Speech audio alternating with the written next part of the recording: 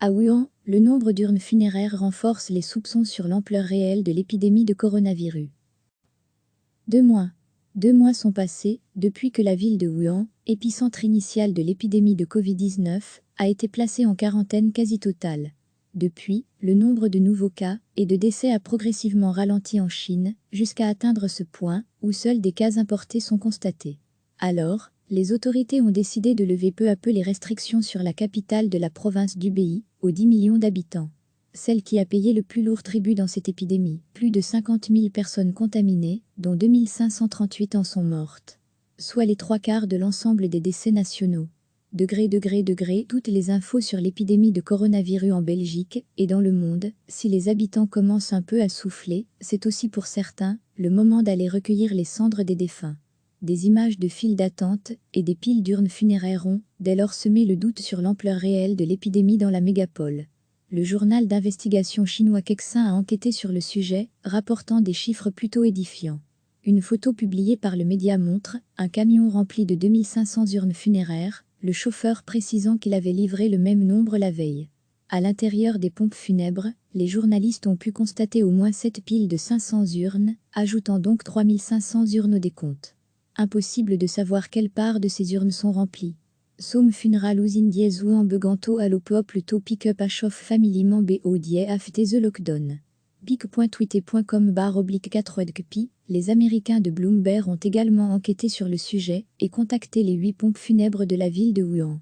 6 ont répondu aux questions en précisant qu'ils n'avaient pas les données sur le nombre d'urnes ou ne pouvaient pas les divulguer.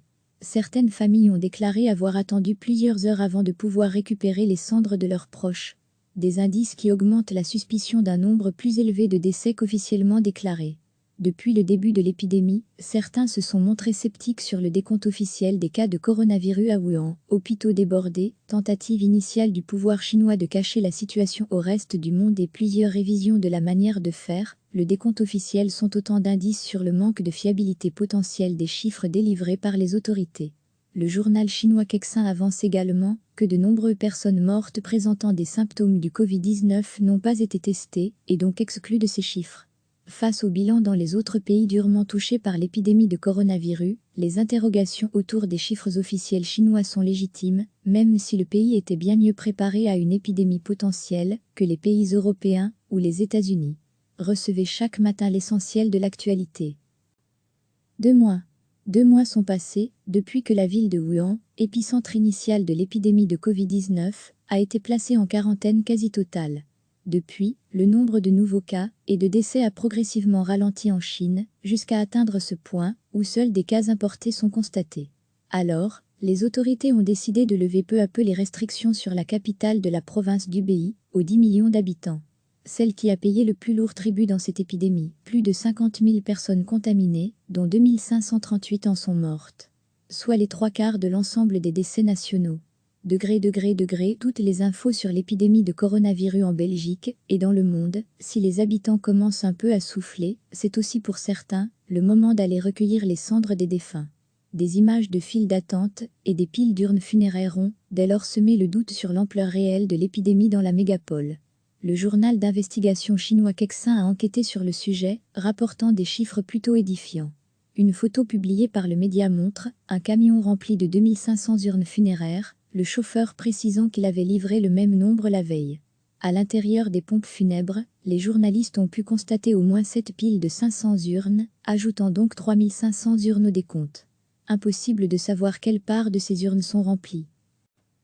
Somme funeral usine dièse ou en beganto allo plutôt pick-up à chauffe family membre au die afté the lockdown.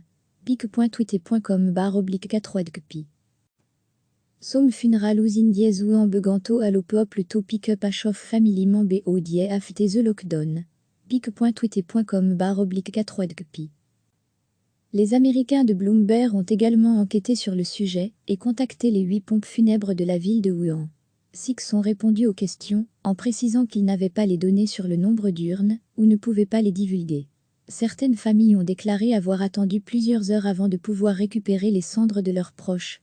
Des indices qui augmentent la suspicion d'un nombre plus élevé de décès qu'officiellement déclarés. Depuis le début de l'épidémie, certains se sont montrés sceptiques sur le décompte officiel des cas de coronavirus à Wuhan. Hôpitaux débordés, tentative initiale du pouvoir chinois de cacher la situation au reste du monde et plusieurs révisions de la manière de faire, le décompte officiel sont autant d'indices sur le manque de fiabilité potentielle des chiffres délivrés par les autorités. Le journal chinois Kexin avance également que de nombreuses personnes mortes présentant des symptômes du Covid-19 n'ont pas été testées et donc exclues de ces chiffres.